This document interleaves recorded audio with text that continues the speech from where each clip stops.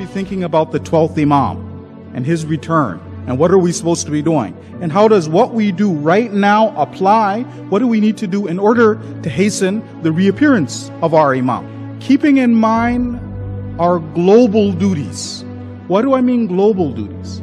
Well, this is our challenge. Before the Imam is to return, there's things that you and I have to do. One of them is to understand Islam.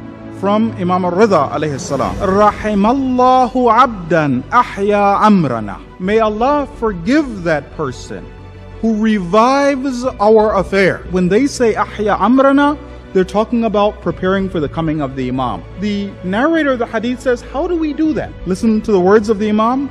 Yata'allam ulumana. He learns. You have to learn what the Ahlul Bayt have said. Wa yu'allimuha an-nas. They also have to teach. It's not just, well, alhamdulillah, I'm Shia, done my duty. No. Another responsibility that we have is the responsibility of sharing what we've learned of Islam. Why do you have to teach? It says, فَإِنَّ النَّاسِ لَوْ عَلِمُوا مَحَاسِنَ كَلَامِنَا لَتَّبِعُونَا. If the people knew the beauty of our words, they would follow us. We believe that the divine government is God's greatest gift to mankind. But we also believe in the right of human beings to determine their own destiny. And they'll be questioning about it. إِنَّ اللَّهَ لَا يُغَيِّرُ مَا بِقَوْمٍ حَتَّى يُغَيِّرُ مَا بِأَنفُسِهِمْ. Allah will never change the condition of a people until they change themselves. In order for us to prepare the world for the return of the Imam, the world needs to know what they're getting into. I'll give you an example for us in America. For us in America, we're used to the idea that when somebody is running for election, there's campaign lies. The inner cities are unbelievably dangerous. The education is no good. The safety is horrible, and there are no jobs.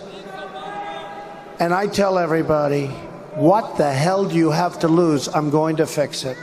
We will fix it.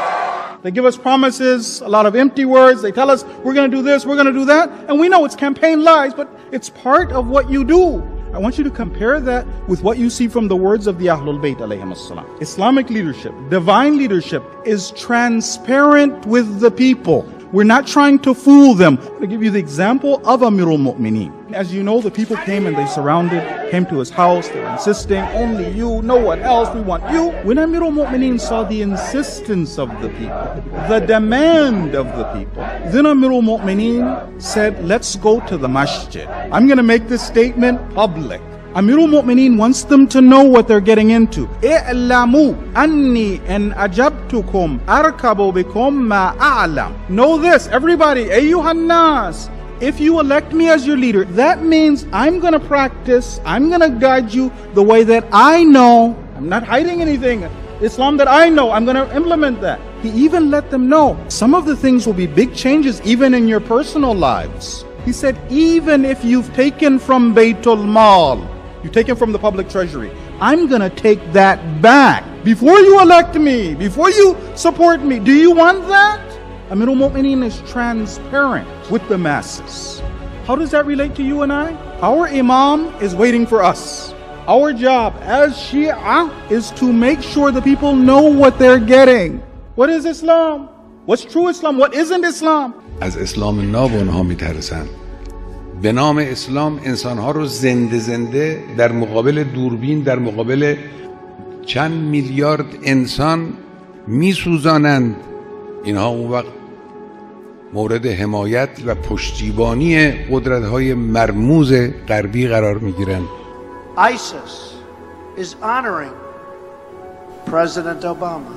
He is the founder of ISIS. He's the founder of ISIS. Okay? He's the founder. He founded ISIS. And I would say the co-founder would be crooked Hillary Clinton. Co-founder, crooked Hillary Clinton. وقتی میخوان در تبلیغات علیه این گروه‌های مفسد و فاسد حرف بزنن، از اونها تعبیر میکنن به دولت اسلامی. We've always known that if Islamic State fighters of the so-called Islamic State, the so-called Islamic State committed by the so-called Islamic State. یعنی اون کسانی که با مردم اونجور رفتار میکنن، بچه ها رو اونجور نابود میکنن، اینها دولت اسلامی هست. اسلام ستیزی یعنی این.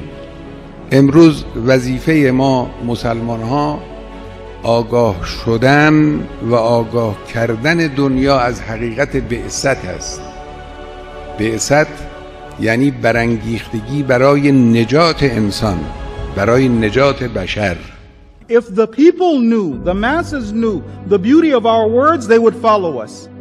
Does that mean the tyrants, the zalimeen, they're going to be happy? When you say Quds Day, that's the wrong expectation. Iran's supreme leader, Ayatollah Khamenei, he tweets in English that Israel must be destroyed.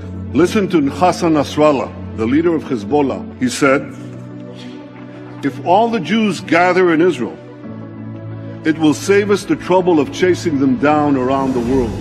When they hear that our Prophet said the best type of jihad, that telling the truth to a tyrant, in the face of the tyrant, not being afraid, explaining what Islam is. گاهی صدمداران رژیم صهیونیستی ما رو تهدید هم میکنن، تهدید به حمله نظامی میکنن، اما به نظرم خودشون هم میدانند و اگر نمیدانند بدانند که اگر غلطی از اونها سر بزند جمهوری اسلامی تل آویو و حیفا رو با خاک یکسان خواهد کرد.